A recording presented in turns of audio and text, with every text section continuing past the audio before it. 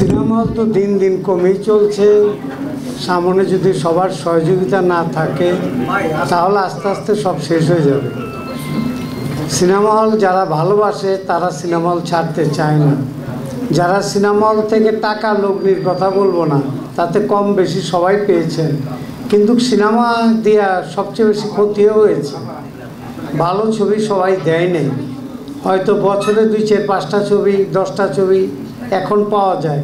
আগে পাওয়া যেত হয়তো 52 সপ্তাহে আমরা হয়তো 30-35টা ছবি ভালো পেয়েছি আগে। এখন ওই পর্যায়ে নাই বললেই চলে। আর এখন ছবি বানাচ্ছে যারা ছবি বোঝে ভালো, কিন্তু কাজ বোঝে না।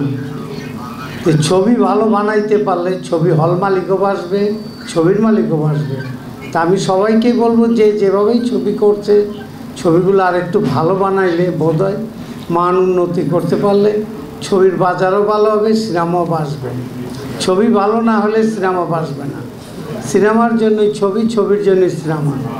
তো সিনেমা হল সামনে যা বুঝতে পারছি সিনেমা হলও বাড়ছে, কম বেশি সবাই চিন্তা ভাবনা করছে কাজ করবে।